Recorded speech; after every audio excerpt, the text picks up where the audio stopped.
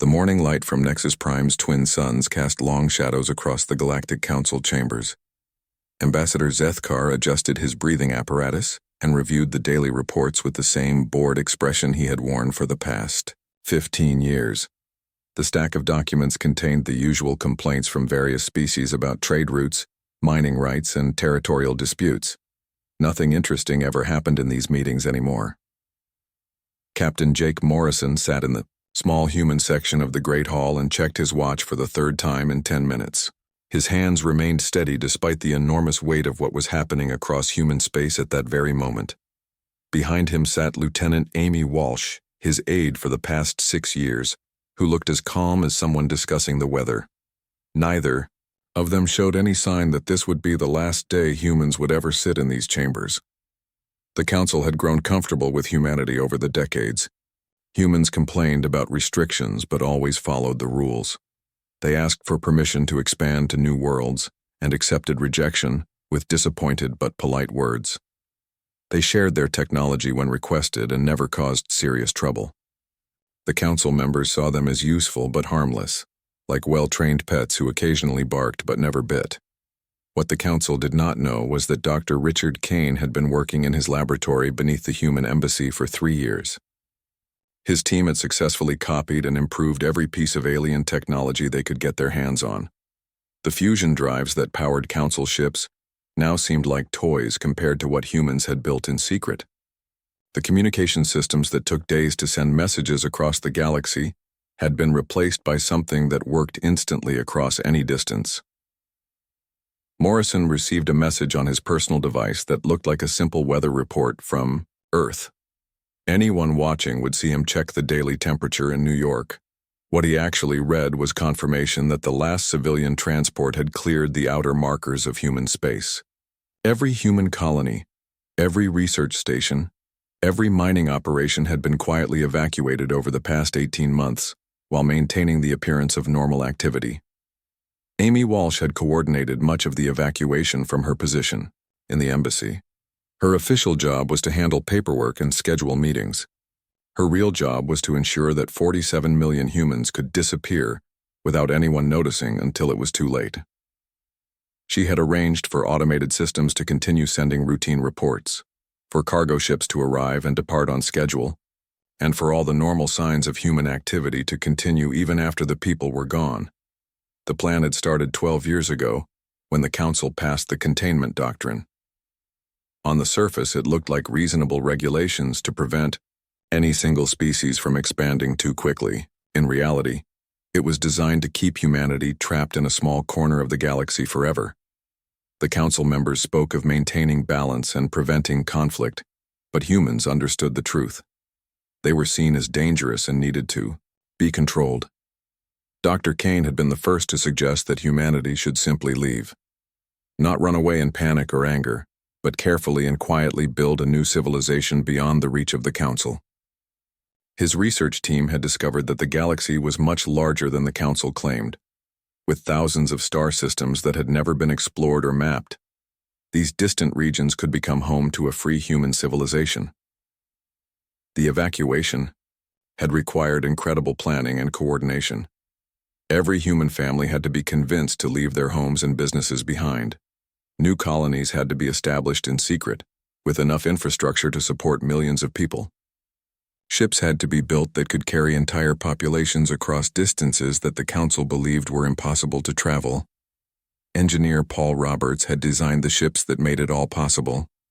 Working from a hidden facility in the asteroid belt around Earth, his team had built vessels that could travel 10 times faster than anything in the Council fleet.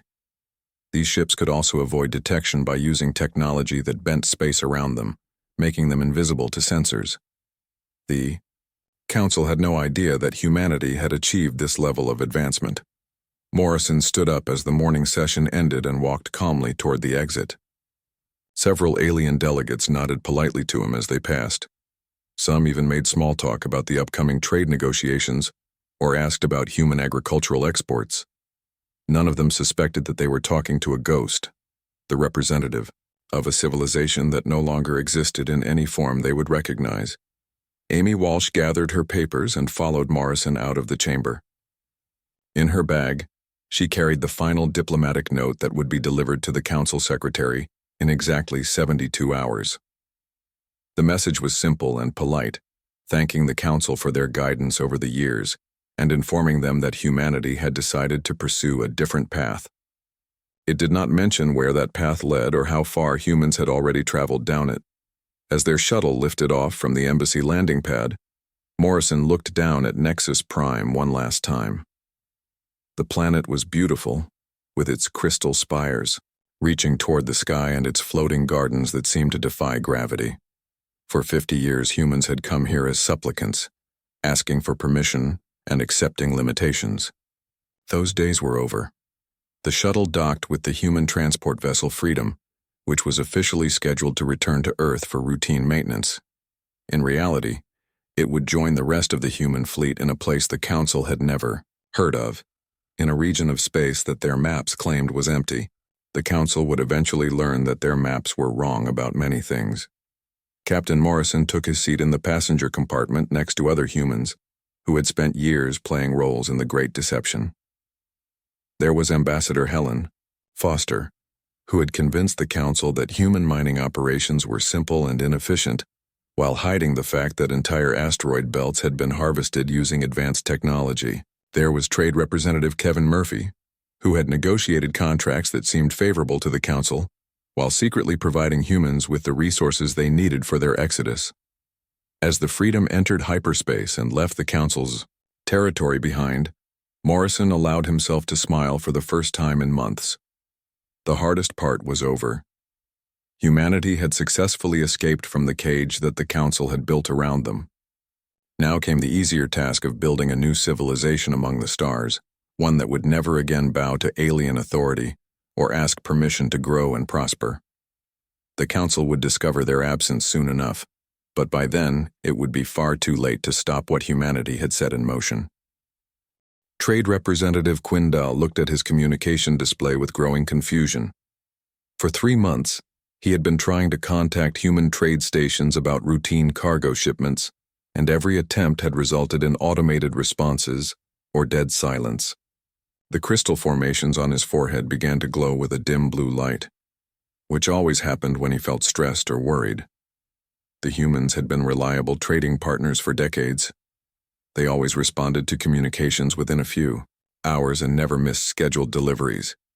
Their agricultural products and manufactured goods were in high demand across Council space, and many worlds had come to depend on human exports. But now, nothing. The trade routes that had operated smoothly for 50 years had simply stopped working. Quindal decided to bring his concerns to the weekly Finance Consortium meeting. The other trade representatives would know if this was part of some larger pattern or just a temporary problem with human operations.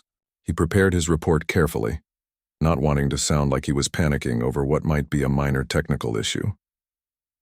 Defense Coordinator Vashiti was in the middle of reviewing patrol reports when Quindal's message reached her office. She read through his concerns with mild interest but no real alarm. The Sentinel Alliance had been monitoring human space for any signs of military buildup or aggressive activity, and their sensors showed nothing unusual. Human defense stations continued to broadcast identification signals, and their patrol ships followed normal routes. What Vashati did not know was that Commander Lisa Harper was watching those same sensor readings from her command center aboard the human flagship Liberty. Harper smiled as she reviewed the data that the Council was collecting. Every signal they detected was being generated by automated systems that her people had left behind specifically to create this illusion.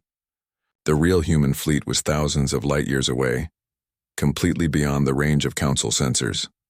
Harper had spent 5 years planning the deception that would keep the Council from discovering humanity's exodus too quickly. Her team had studied Council monitoring procedures and learned exactly what signals they looked for to track human activity.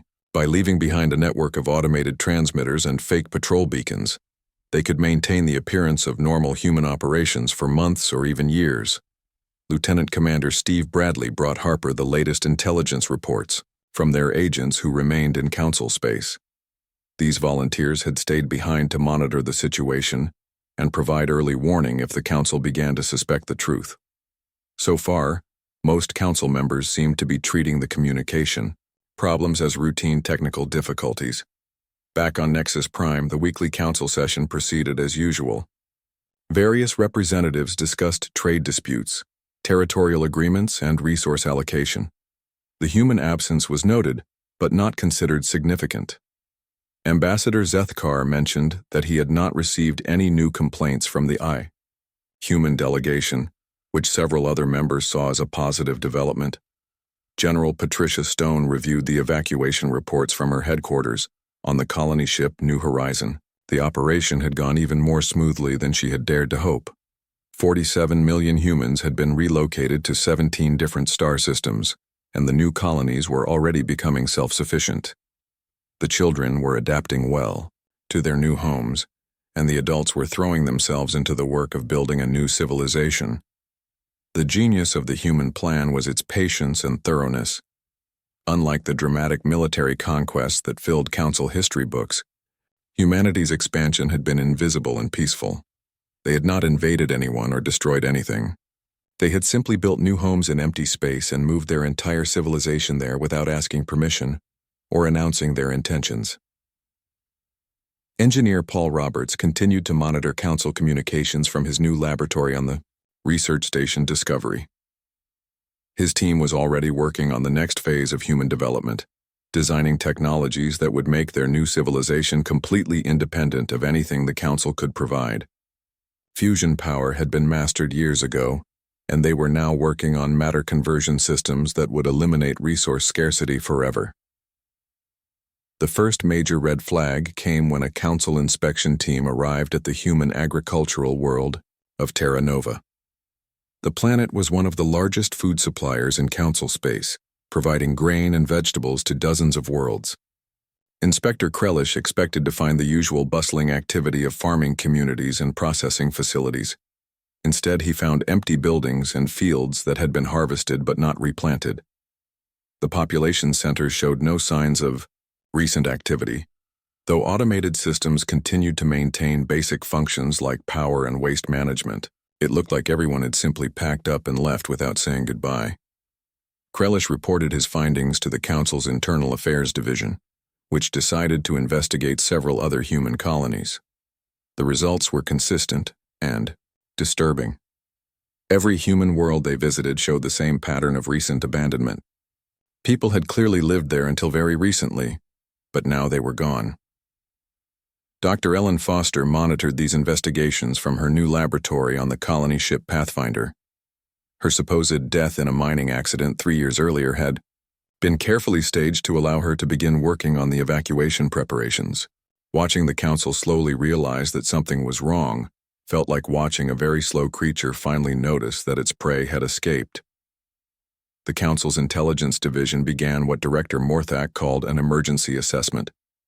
They reviewed communication logs, shipping records, and surveillance data from the past year, looking for any clue about what had happened to humanity. What they found was evidence of the most sophisticated deception in galactic history. Ships that had been registered as simple cargo vessels turned out to have been massive passenger transports. Mining expeditions that had supposedly been extracting resources from asteroid belts had actually been scouting missions to unexplored star systems.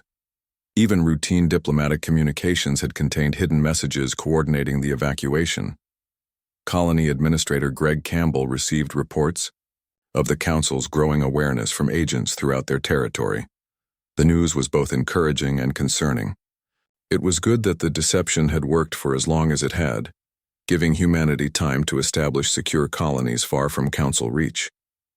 But their eventual discovery was inevitable, and humanity needed to be prepared for whatever response the Council might choose. The most shocking discovery came when Council investigators realized that human technology was far more advanced than anyone had suspected. The empty colonies contained evidence of manufacturing capabilities that should not have been possible, with the primitive systems humans had publicly demonstrated. Energy signatures in abandoned facilities suggested power sources that exceeded Council specifications by significant margins. Admiral Thexvar was called in to assess the military implications of these discoveries. His initial assumption was that humans had simply relocated to unknown territory within the galaxy, possibly to avoid council regulations. But as more evidence accumulated, a much more disturbing picture began to emerge. The humans had not simply moved to new homes within known space.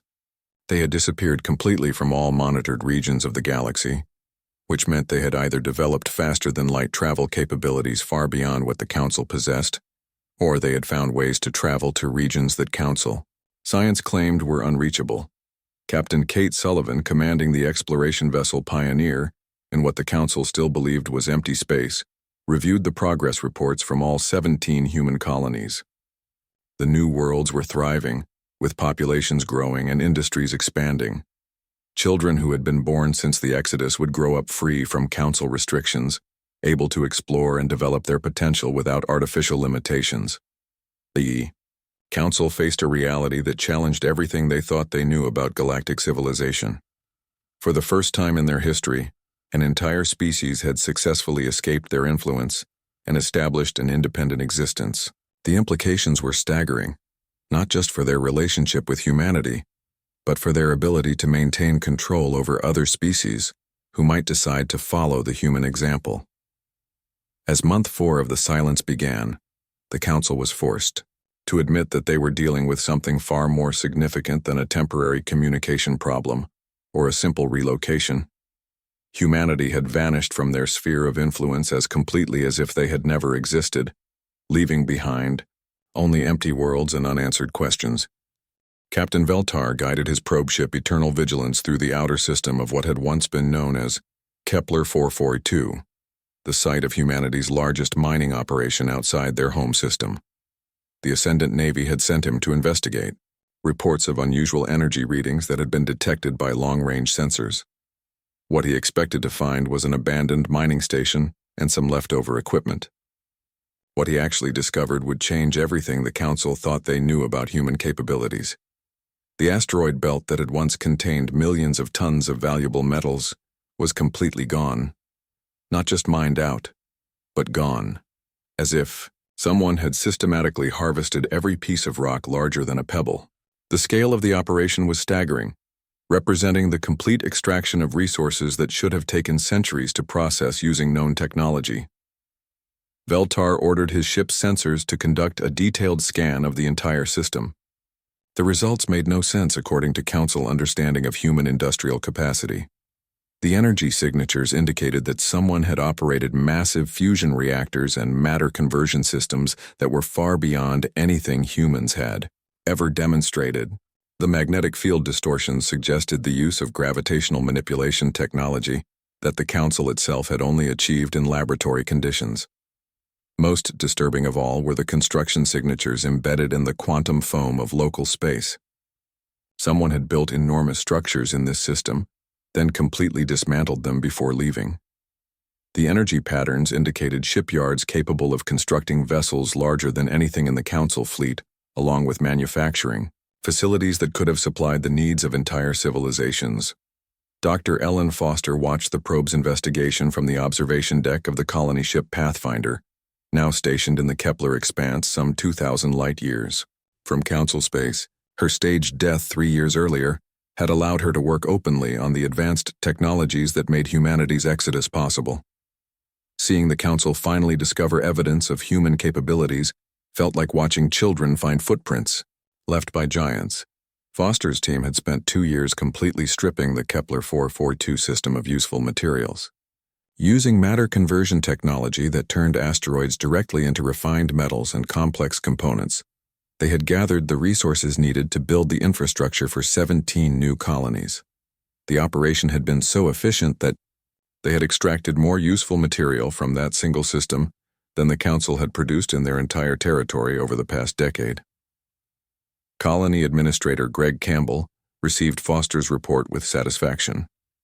The Council's discovery of the Kepler 442 operation was part of the plan. Humanity wanted their former captors to understand that they were no longer dealing with the primitive species they had dismissed for so long. The evidence left behind would gradually reveal the true scope of human advancement, but only after it was far too late to prevent their escape. Back on Nexus Prime, Director Morthak of the Council Intelligence Division tried to make sense of what the Eternal Vigilance had discovered. The data suggested that humans had been operating industrial facilities that exceeded Council capabilities by several orders of magnitude. If this was true, then everything the Council thought they knew about human technology was wrong. Morthic ordered a comprehensive review of all archived surveillance data from human territory over the past 15 years. What his analysts found was evidence of the most sophisticated deception operation in galactic history. Facilities that had appeared to be simple mining stations had actually been covering massive industrial complexes. Ships that had seemed to be basic cargo haulers had actually been equipped with advanced stealth technology and faster-than-light drives that surpassed Council specifications. The review revealed that humans had been systematically lying about their technological capabilities for decades. Every demonstration of human technology had been carefully staged to make them appear less advanced than they actually were. Their scientists had deliberately published research papers that understated their achievements, while their engineers had built machinery that operated at only a fraction of its actual capacity. Chief Analyst Krelish made the most shocking discovery of all. By analyzing energy consumption patterns and resource flow data, he determined that human industrial output had been at least 50 times greater than their official reports indicated. This meant that they had been producing enough advanced technology to equip a military force comparable to the entire Council fleet, while maintaining the appearance of a minor civilization with limited capabilities. Admiral Thexvar was called into an emergency session to assess the military implications of these discoveries. His strategic analysis was deeply disturbing. If humans had been hiding this level of technological advancement, then their actual military capabilities were completely unknown. The Council had no idea what kind of weapons, defenses, or spacecraft humanity might possess. Dr. Sarah Mitchell monitored the Council's growing panic from her laboratory aboard the research station Discovery, positioned in what the Council still believed was empty space on the far side of the galaxy. As humanity's lead theoretical physicist, she had been responsible for many of the breakthrough technologies that made their escape possible. Watching the Council struggle to understand what had happened was like watching primitive people try to comprehend magic. Mitchell's team had achieved practical, faster-than-light communication 5 years ago, allowing the scattered human colonies to coordinate their activities in real time across galactic distances. They had perfected matter-energy conversion technology that made resource scarcity obsolete, turning raw materials directly into any needed components. Most importantly, they had developed what Admiral Tony Carter called ghost drive technology, allowing ships to move through hyperspace without leaving detectable traces. The Council's investigation revealed that humans had been exploring and mapping star systems that Council science claimed were unreachable. Long-range sensor data showed evidence of human activity in regions that were supposed to be beyond the practical limits of faster-than-light travel. This suggested that human ships were capable of traveling distances that would take Council vessels centuries to cover. Captain Kate Sullivan, commanding the exploration vessel Pioneer, had personally mapped over 200 star systems during the Great Evacuation. Each new discovery had been carefully cataloged and evaluated for colonization potential, building a database that would guide human expansion for generations to come. The Council had no idea that humanity now possessed detailed knowledge of galactic regions that they had never even attempted to explore. Military analyst Zorath presented his assessment to a closed session of the Council Security Committee. His conclusions were stark and frightening. Based on the evidence from Kepler 442 and other human sites, humanity had developed industrial and technological capabilities that might already exceed those of the Council itself. Their true military strength was unknown, but their demonstrated ability to completely evacuate their entire civilization without detection suggested logistical capabilities that were unprecedented in galactic history. The most terrifying possibility was that humanity had not simply escaped to unknown territory. Within the galaxy, the energy signatures and construction patterns suggested that they might have developed the ability to travel to other galaxies entirely, placing them completely beyond the reach of Council influence or retaliation. If this was true, then the Bjor Council was no longer dealing with a rebellious member species, but with an entirely independent galactic power. Engineer Rachel Murphy, working from the massive shipyard complex in the frontier sectors, oversaw the construction of humanity's first generation of truly massive vessels. These city ships were designed to carry millions of colonists to the furthest reaches of space, ensuring that human civilization could continue expanding indefinitely. Each ship was equipped with manufacturing facilities capable of building entire colonies from raw materials, making humanity completely self-sufficient. The Council faced a crisis that challenged the fundamental assumptions of their galactic order. For thousands of years, they had maintained control over galactic civilization by ensuring that no single species could develop capabilities that threatened their dominance. The containment doctrine had been designed specifically to prevent situations like this from arising, but humanity had turned the Council's own restrictions against them. By appearing to comply with limitations while secretly developing advanced technologies, they had achieved a level of independence that made them immune to Council control. The evidence from Kepler 442 was just the beginning of what the Council would discover about the true scope of human advancement. As more probe ships returned with similar findings from other former human territories, the Council was forced to confront a new reality. Humanity had not simply relocated to avoid restrictions. They had evolved into something far beyond what the Council had believed was possible, and they had done it right under the Council's censors, without anyone noticing, until it was far too late to prevent. Admiral Thexvar stood before the holographic display in the Council's main intelligence center and tried to process what his reconnaissance teams had discovered over the past year. The data streaming across multiple screens showed human activity in 47 different star systems, spread across a region of space so vast that it would take the entire Council fleet decades just to visit each location once. The scope of human expansion defied everything the Council thought they knew about. Galactic colonization, building even a single self-sufficient colony, usually took decades of careful planning and massive resource investment. Establishing 47 colonies simultaneously should have been impossible for any civilization, yet somehow humanity had managed to do exactly that while maintaining complete secrecy. What made the discovery even more disturbing was the quality of these colonies. Council probe ships had managed to get long-range sensor readings from the edges of several human systems, and the energy signatures indicated that these were not primitive frontier settlements struggling to survive. These were fully developed worlds with industrial facilities, defensive installations, and populations that appeared to be thriving.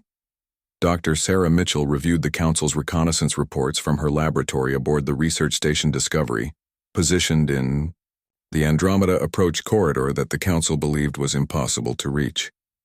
The aliens were finally beginning to understand the true magnitude of what humanity had accomplished, but they still had no idea how far the expansion actually extended.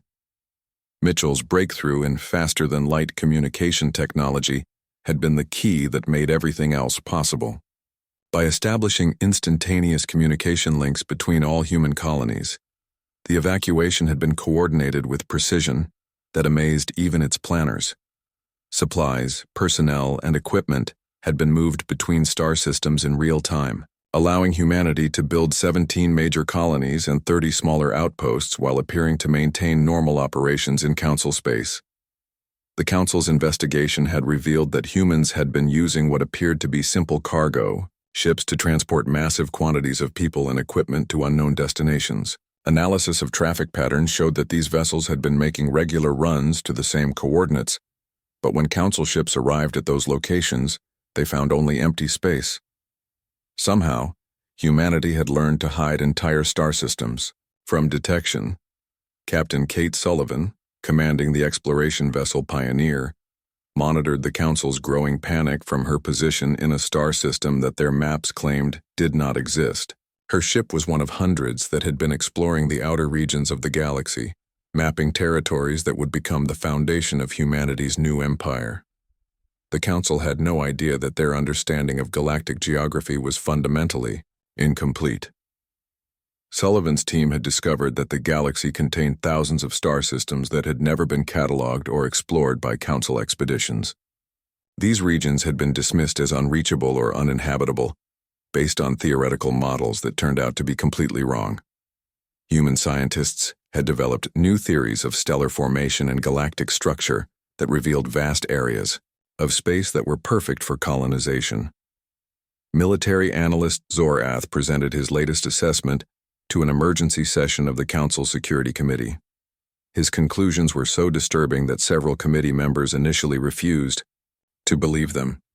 According to his calculations, humanity's demonstrated industrial capacity and expansion rate suggested that they might already control more territory than the Council itself. The evidence was overwhelming, but difficult to accept. Human colonies were operating massive fusion reactors that generated more power than some Council worlds. Their manufacturing facilities were producing advanced technology at rates that exceeded the output of entire Council sectors. Most shocking of all, their population appeared to be growing at an impossible rate, suggesting either advanced medical technology that extended lifespans dramatically, or successful colonization efforts that were bringing in settlers from unknown sources. President Nicole Adams reviewed the expansion reports from her office on New Terra, the artificial world that served as humanity's new capital.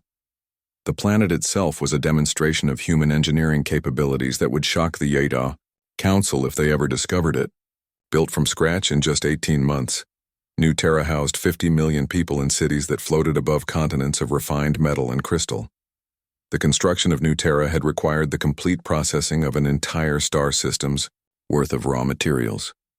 Using matter conversion technology that turned asteroids directly into building components, humanity had literally manufactured a world that was perfectly suited to their needs. The cities were powered by fusion reactors that would operate for thousands of years, and the manufacturing facilities could produce anything the population needed. Fleet Admiral Kevin Morris commanded the human space navy from his flagship Enterprise, a vessel that incorporated technology the Council had never imagined possible. The ship's hull was constructed from materials that were stronger than anything in Council databases, powered by zero-point energy systems that drew power directly from quantum vacuum fluctuations. Its weapons could destabilize entire star systems if necessary.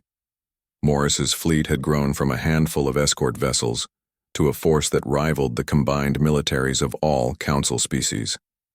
The ships were built using automated manufacturing systems that could produce a complete starship in just weeks, using raw materials that were converted directly from asteroid debris. Each vessel was equipped with ghost drive technology that made them completely invisible to Council sensors.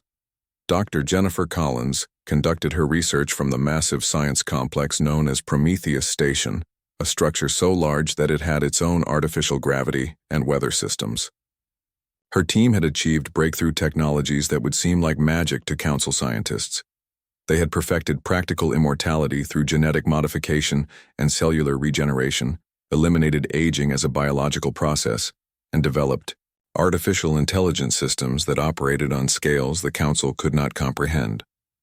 Collins' greatest achievement was the development of consciousness transfer technology that allowed human minds to be backed up and restored if their bodies were destroyed. This meant that death had become optional for humanity, transforming them from a mortal species into something approaching true immortality. The implications for human expansion and development were staggering. The Council's deep space monitoring stations began detecting energy signatures that suggested human activity in regions that should have been completely beyond their reach. Some of the signals appeared to be coming from areas near the galactic edge, while others seemed to originate from directions that would place them outside the galaxy entirely. The possibility that humanity had developed intergalactic travel capabilities was too terrifying for most Council members to accept. Ambassador Peter Clark prepared for what would be humanity's first official communication with the Council since their departure. His message would reveal the existence of the new human civilization and establish the terms for future relations between the two powers. The Council would be forced to recognize that they were no longer dealing with a subject species, but with an independent galactic empire. Engineer Rachel Murphy oversaw the construction of humanity's first generation of megaships from the shipyard complex in the frontier sectors. These vessels were designed to carry entire civilizations to distant galaxies, ensuring that human expansion could continue indefinitely, regardless of what happened in their home galaxy. Each ship was essentially a mobile planet, complete with its own ecosystems and manufacturing capabilities. the Council faced the terrifying realization that their containment strategy had not only failed, but had actually accelerated human development. By forcing humanity to become self-sufficient, they had motivated the creation of technologies and capabilities that far exceeded anything the Council possessed. The species they had dismissed as primitive and controllable had evolved into something that might be beyond their ability to comprehend, let alone control. As the full scope of human expansion became clear, the Council members found themselves looking at a galaxy that no longer belonged entirely to them. Humanity had claimed vast regions of space that the Council had never explored, built civilizations that operated using technologies the Council had never developed, and achieved a level of independence that made them immune to external pressure. The Yao, age of Council dominance over galactic civilization, was ending, replaced by a new reality in which humanity stood as an equal power, with capabilities that remained largely unknown and potentially unlimited. President Nicole Adams stood in the communication center of New Terra and prepared to address the Galactic Council for the first time in 2 years. The artificial world around her bustled with activity as 50 million humans went about their daily lives in cities that floated above landscapes of refined metal and living crystal. Behind her, holographic displays showed the extent of human civilization spread across dozens of star systems, each one thriving beyond what the Council had believed possible. The message she was about to send would reach every corner of Council space simultaneously, using communication technology that operated faster than the Council believed was physically possible. Her words would mark the end of humanity's silence and the beginning of a new era in galactic politics. The Council had spent 2 years trying to understand what had happened to their former subjects. Now, they would learn the truth. Adams activated the transmission array and looked directly into the recording device. Her voice was calm and confident as she delivered the words that would reshape galactic civilization. Members of the Galactic Council, this is President Nicole Adams of the United Human Colonies.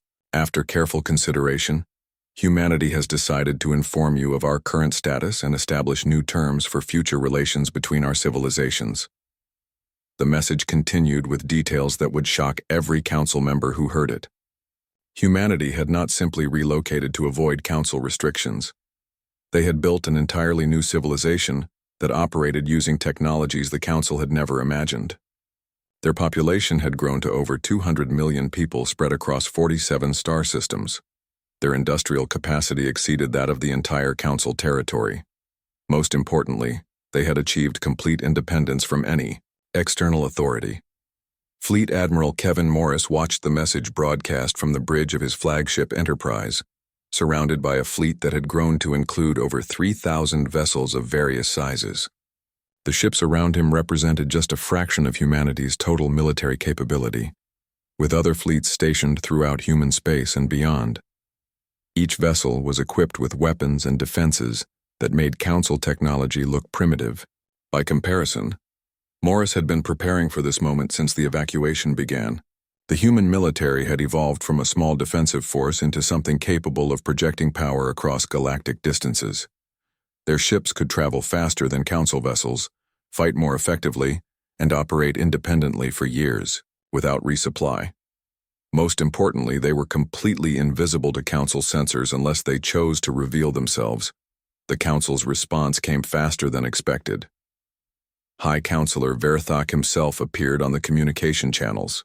Within hours of receiving Adams' message, his image was transmitted from the Great Assembly Hall on Nexus Prime, where emergency sessions had been called to address what many Council members saw as the greatest crisis in their history.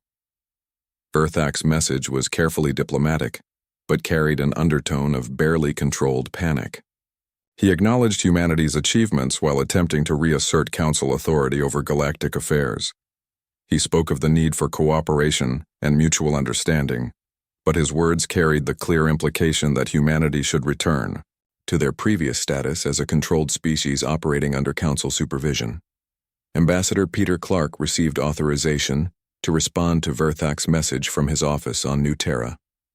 Clark had been chosen for this role specifically because of his experience dealing with Council politics and his understanding of how to communicate with alien mindsets. His response would establish the foundation for all future relations between humanity and the Council. Clark's message was brief and uncompromising. Humanity appreciated the Council's concerns, but would not be returning to their previous status, under any circumstances. The United Human Colonies claimed sovereignty over all star systems they had colonized, along with exclusive rights to explore and develop any additional territories they might discover. The Council could choose to recognize these claims and establish normal diplomatic relations, or they could continue to pretend that humanity was still subject to their authority, while watching human expansion continue indefinitely. Dr. Jennifer Collins monitored the exchange from Prometheus Station, the massive research complex that had become the center of human scientific advancement. Her teams had achieved breakthrough technologies that made them completely independent of Council science and industry. They had perfected practical immortality, developed artificial intelligence that operated on scales beyond Council comprehension, and created manufacturing systems that could turn raw energy directly into any needed materials. Collins's greatest concern was not whether the Council would accept humanity's independence, but whether they would be foolish enough to attempt military action. Human defensive capabilities had evolved far beyond what the Council could imagine, but Collins preferred to avoid unnecessary conflict. The goal had always been independence, not conquest, though humanity was now capable of either. The Council's internal debates were monitored by human intelligence assets who had remained behind to provide early warning of potential threats. The discussions revealed a deep division among Council members about how to respond to the human situation. Some advocated for immediate military action to reassert Council authority, while others argued for diplomatic recognition of human independence. Military analyst Zorath provided the strategic assessment that ultimately influenced the Council's decision. His analysis of human capabilities was stark and terrifying. Based on observed industrial output, expansion rates, and technological demonstrations, humanity had evolved into a power that might already exceed the Council's ability to control or defeat. Any military action against human colonies would likely result in devastating retaliation that could threaten the survival of Council civilization itself. Engineer Rachel Murphy continued her work on the next generation of human expansion vessels from the shipyard complex in the frontier sectors. These new ships were designed to carry entire civilizations to distant galaxies, ensuring that human growth could continue regardless of what happened in their current territory. Each vessel was essentially a mobile world, complete with its own ecosystems, manufacturing facilities, and defensive systems. Murphy's designs incorporated technologies that pushed the boundaries of what was physically possible. The ships could travel between galaxies in weeks rather than millennia, create new worlds from raw energy, and support populations of millions for indefinite periods. They represented humanity's evolution from a planetary species to something truly galactic in scope. The Council's final decision came after weeks of heated debate and careful analysis of all available options. High Counselor Verthak announced that the Council would formally recognize the United Human Colonies as an independent galactic power with full sovereignty over their claimed territories. In exchange, humanity would agree to respect Council territorial boundaries and maintain peaceful relations with all member species. The agreement was formalized in a ceremony that was broadcast throughout both human and Council space. Representatives from both civilizations signed documents that established humanity as an equal partner in galactic affairs, rather than a subject species under Council control. The containment doctrine was officially repealed, and new protocols were established for interaction between the two powers. Captain Kate Sullivan watched the ceremony from the bridge of the Pioneer, now stationed in what had once been considered empty space but was actually the heart of human expansion territory. Around her ship, construction crews were building the infrastructure for 3 new colonies that would house millions of additional settlers. The work continued at a pace that would have been impossible just a few years earlier. President Adams concluded the formal ceremonies with a statement that summarized humanity's position in the new galactic order. The Council had taught humanity an important lesson about self-reliance and independence. Humans had learned that lesson perhaps too well, but they bore no grudge against their former overseers.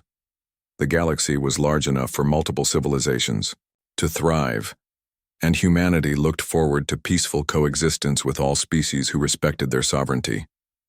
As the formal recognition ceremonies ended, both civilizations began adapting to a new reality that neither had fully anticipated. The Council faced the challenge of governing a galaxy where they were no longer the sole dominant power, while humanity continued expanding into territories that promised unlimited growth and development. The stars that had once seemed beyond reach now welcomed human explorers and colonists. The technologies that had made escape possible continued to evolve, opening possibilities that neither species had previously imagined. The age of human submission had ended forever, replaced by an era of exploration and expansion that would reshape the galaxy itself. In the depths of space, far beyond the reach of Council sensors, the first human ships prepared for journeys to distant galaxies where new civilizations waited to be born. The lesson in self-reliance had been learned, completely, and humanity would never again accept limitations imposed by others on their growth among the stars.